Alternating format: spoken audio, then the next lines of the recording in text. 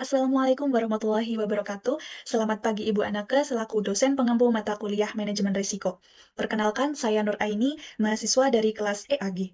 Nah, pada kesempatan kali ini, saya akan memaparkan jawaban evaluasi tengah semester Manajemen Risiko dengan mengambil perusahaan observasi yang bergerak di bidang perbankan yaitu PT Bank Mandiri Persero Tbk. Next, memasuki jawaban dari pertanyaan A. Perusahaan yang saya pilih ini adalah PT Bank Mandiri Persero Tbk atau yang lebih dikenal dengan Bank Mandiri dengan kode emiten BMRI di Bursa Efek Indonesia. Mandiri ini merupakan salah satu bank terbesar di Indonesia yang bergerak di sektor perbankan dan jasa keuangan. Nah, perusahaan ini berkantor pusat di Menara Mandiri, Jalan Jenderal Sudirman, Jakarta. Nah, sebagai lembaga keuangan milik negara, Bank Mandiri ini memiliki peran yang sangat penting dalam menopang stabilitas dan juga pertumbuhan ekonomi nasional. Kemudian di sini ada beberapa kegiatan usaha utama Bank Mandiri. Yang pertama, layanan perbankan retail. Layanan ini meliputi produk-produk seperti tabungan, giro, deposito, kredit pemilikan rumah, kartu kredit, dan juga berbagai jenis pembayaran retail yang digunakan masyarakat luas. Kemudian yang kedua, yaitu ada corporate dan commercial banking. Nah, pada segmen ini, Bank Mandiri ini menyediakan pembiayaan berupa kredit modal kerja, kredit investasi, dan juga layanan transaksi untuk berbagai perusahaan besar dan institusi pemerintah. Kemudian yang ketiga ada treasury dan international banking. Di bidang ini, Bank Mandiri aktif dalam kegiatan pasar uang, transaksi valuta asing, perdagangan internasional, dan juga manajemen likuiditas, baik untuk nasabah korporasi maupun institusi keuangan. Kemudian yang keempat, layanan keuangan melalui anak perusahaan, seperti sekuritas, asuransi, pembiayaan konsumen atau multi-finance, dan juga layanan perbankan syariah yang dioperasikan melalui entitas terkait.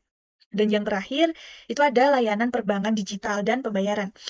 Nah, saat ini Bank Mandiri itu telah mengembangkan berbagai inovasi digital seperti aplikasi Livin by Mandiri dan juga Opera by Mandiri yang memberikan kemudahan bagi nasabah dalam bertransaksi dan mengelola keuangan secara modern. Jadi, intinya kegiatan usaha utama Bank Mandiri ini berfokus pada penguatan transformasi digital, peningkatan kualitas layanan, dan juga efisiensi operasional dalam rangka mendukung pertumbuhan ekonomi nasional.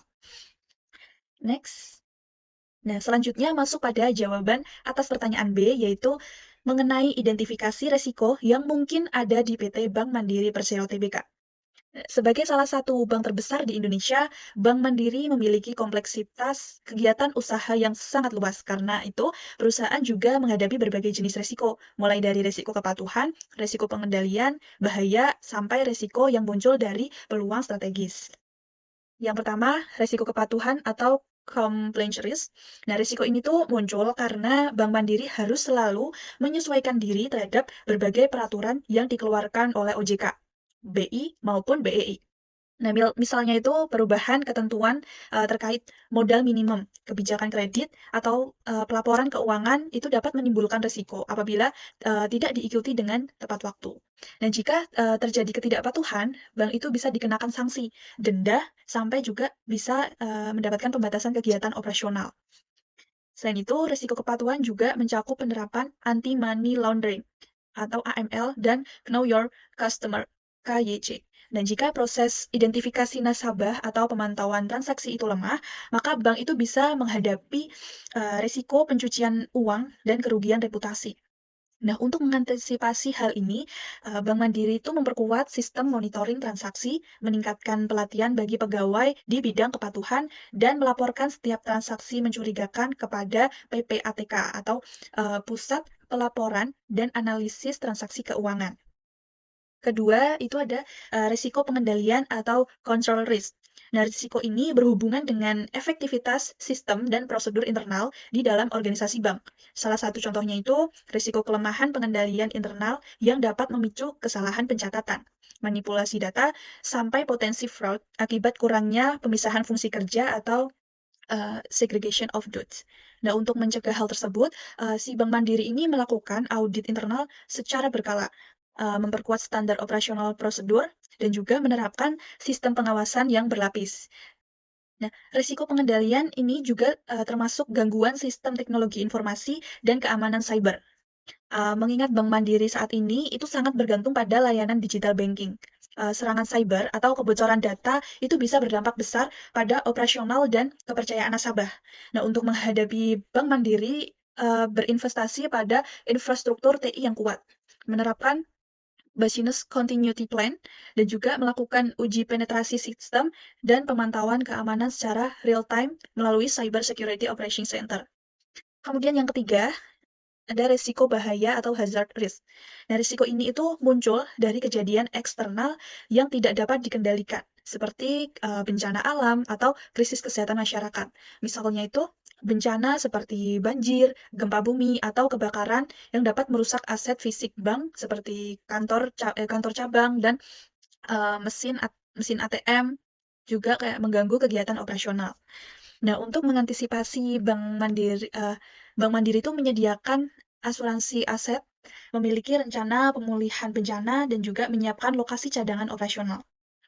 Dan selain itu, pengalaman pandemi COVID-19 juga menunjukkan risiko gangguan terhadap kesehatan masyarakat yang bisa menurunkan kualitas aset atau non-performing loan. Nah, dalam menghadapi situasi tersebut, Bank Mandiri itu menerapkan sistem kerja yang fleksibel seperti work from home, eh,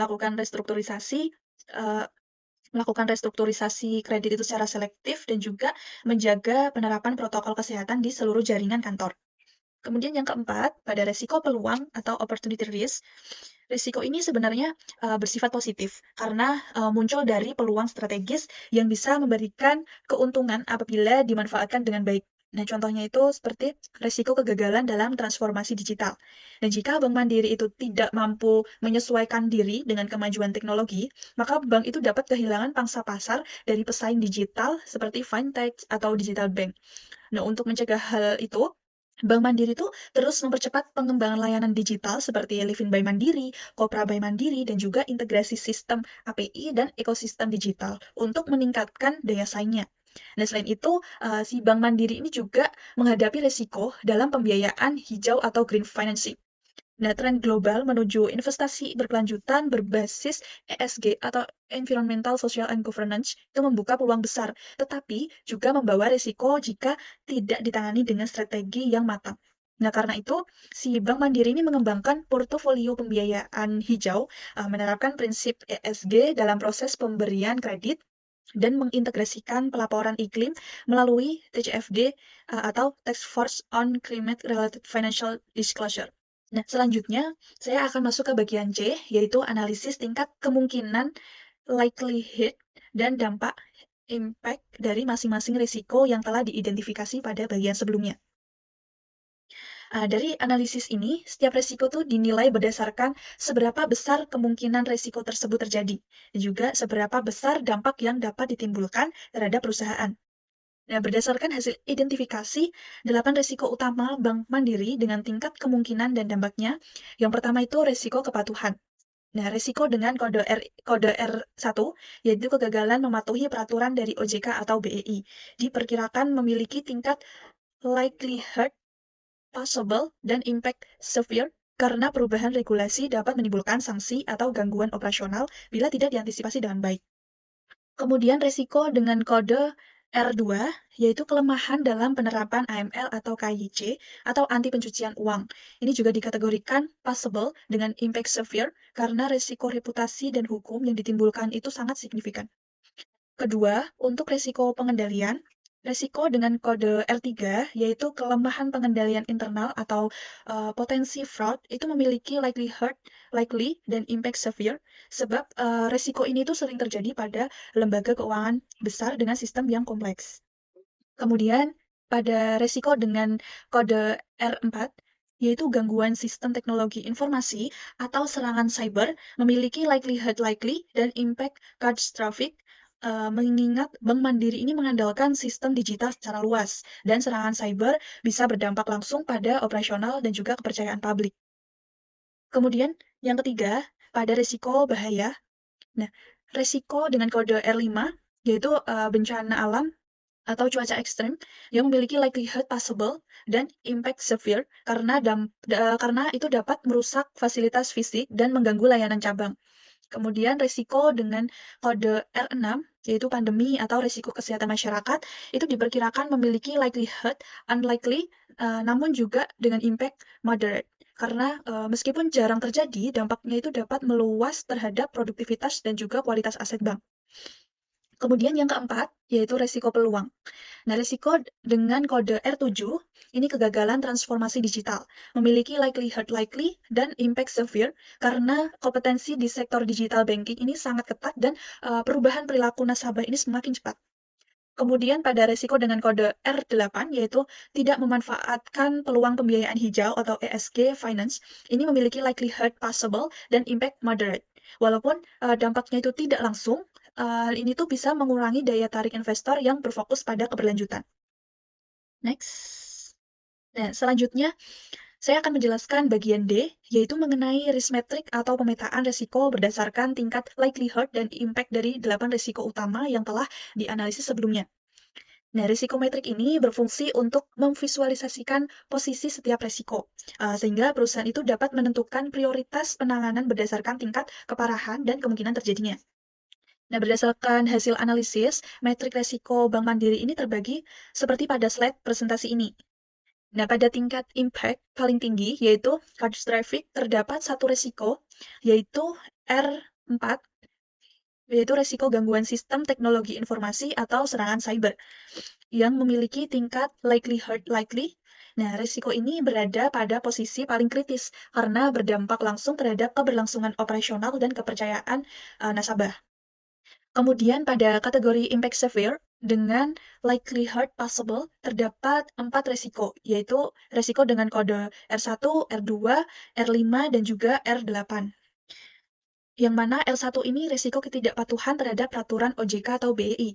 Kemudian ada R2, itu berkaitan dengan kelemahan penerapan AML dan KYC. Kemudian R5 itu risiko bencana alam atau cuaca ekstrim, dan R8 itu risiko tidak memanfaatkan peluang pembiayaan hijau atau ESG finance. Sementara itu pada tingkat likelihood, likely dengan impact severe, terdapat dua risiko utama, yaitu risiko dengan kode R3 dan R7. Yang mana R3 itu risiko kelemahan pengendalian internal atau potensi fraud, sedangkan R7 itu risiko kegagalan dalam transformasi digital. Nah, pada kategori impact moderate, dengan likelihood unlikely, terdapat satu risiko, yaitu risiko dengan kode R6, pandemi atau risiko kesehatan masyarakat. Karena frekuensinya itu rendah, namun tetap berdampak pada produktivitas dan kualitas aset bank. Nah, dari pemetaan ini dapat disimpulkan bahwa risiko dengan posisi tertinggi dan paling perlu diwaspadai itu adalah risiko dengan kode R4, yaitu risiko cyber dan gangguan sistem TI, karena berada pada area merah dengan kombinasi likelihood likely dan impact catastrophic. Next. Selanjutnya, saya akan melanjutkan ke bagian E, yaitu tentang prioritas risiko dan analisis risiko utama pada PT Bank Mandiri Persero Tbk. Berdasarkan hasil pemetaan dan penelitian likelihood serta impact, urutan prioritas risiko di Bank Mandiri ini dapat dilihat pada tabel yang ditampilkan. Nah, menurut pendapat saya, risiko yang menempati prioritas tertinggi itu adalah risiko dengan kode R4, yaitu risiko cyber atau gangguan sistem teknologi informasi. Nah, risiko ini itu menjadi sangat krusial karena seluruh kegiatan operasional Bank Mandiri saat ini sangat bergantung pada sistem digital. Contohnya, seperti aplikasi Livin by Mandiri untuk nasabah retail dan Kopra by Mandiri untuk nasabah korporasi. Nah, gangguan pada sistem ini, baik karena serangan cyber, data breach, maupun kegagalan infrastruktur TI, itu dapat menyebabkan terhentinya layanan secara nasional, kerugian finansial, dan juga turunnya kepercayaan masyarakat terhadap bank. Next. Nah, untuk mendukung pendapat saya, di sini saya menambahkan kasus nyata yang dialami oleh PT Bank Mandiri dalam menghadapi risiko cyber. Berdasarkan pemberitaan Kata Data Co.id tanggal 18 Februari 2025 dalam artikel yang berjudul Bank Mandiri hadapi 2 miliar serangan cyber setiap hari dirut lawan dengan AI. Nah, Direktur Utama Bank Mandiri, Bapak Darmawan Junaidi menyampaikan bahwa perusahaan menghadapi sampai dengan 2 miliar serangan cyber setiap hari terhadap sistem digitalnya. Nah, sebagai respon atas ancaman ini, Bank Mandiri ini telah melakukan berbagai langkah mitigasi strategis. Yang pertama, menggunakan kecerdasan buatan atau AI untuk mendeteksi dan menahan serangan secara real-time.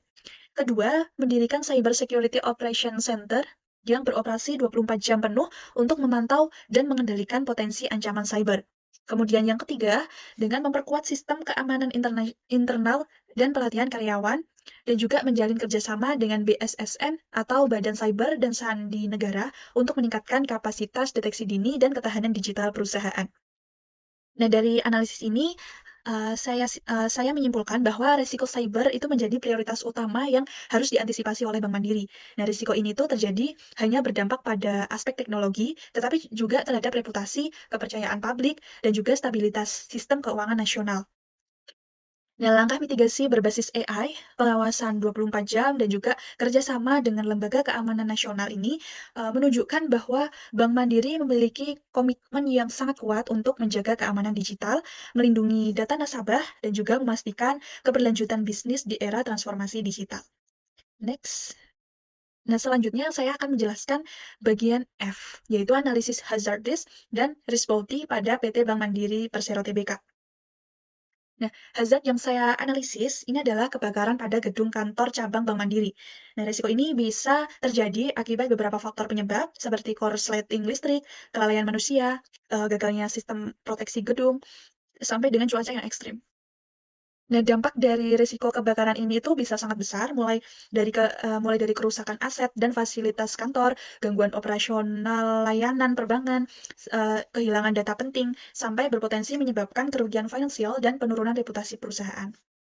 Nah, walaupun kemungkinan terjadinya itu tidak terlalu tinggi, tapi tingkat dampaknya itu tergolong severe hingga catastrophic, karena bisa menghentikan aktivitas operasional perbankan dalam jangka waktu yang tertentu.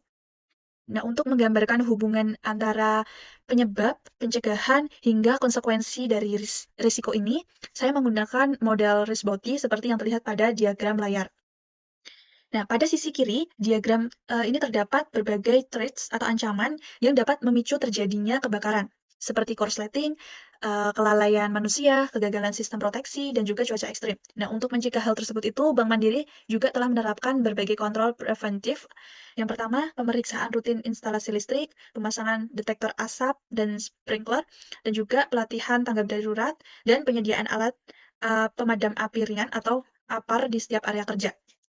Nah, sementara itu, pada sisi kanan diagram, kita melihat potensi konsekuensi atau dampak yang dapat terjadi jika kebakaran itu benar-benar terjadi. Nah, dampak tersebut itu bisa seperti kerusakan aset, gangguan layanan, kehilangan data penting, sampai kerugian finansial dan reputasi. Nah, untuk mengendalikan dampaknya, Bank Mandiri itu juga telah menyiapkan berbagai kontrol mitigatif atau recovery. Seperti pada tabel di sini, itu yang pertama aktivasi Disaster Recovery Center dan sistem backup data. Kemudian yang kedua, ini ada asuransi aset kebakaran, koordinasi cepat dengan tim pemadam kebakaran, dan juga prosedur pemulihan operasional yang cepat. Nah, dengan adanya dua lapisan pengendalian, kontrol preventif dan kontrol mitigatif, risiko kebakaran ini dapat dikelola dengan efektif. Nah, Bank Mandiri ini tidak hanya berupaya mencegah terjadinya kebakaran, tetapi juga memastikan bahwa apabila risiko ini benar-benar terjadi, dampaknya itu dapat diminimalkan dan operasional dapat segera dipulihkan. Nah, jadi melalui penerapan model Bauti ini, Bank Mandiri menunjukkan komitmen kuat dalam menjaga keselamatan karyawan, keamanan aset, dan juga keberlanjutan operasional perusahaan di seluruh jaringan kantor cabang. Demikian pemaparan saya mengenai jawaban evaluasi tengah semester pada mata kuliah manajemen risiko dengan studi kasus pada PT Bank Mandiri Persero Tbk. Terima kasih atas perhatian dan waktu yang telah diberikan Ibu Anake. Wassalamualaikum warahmatullahi wabarakatuh.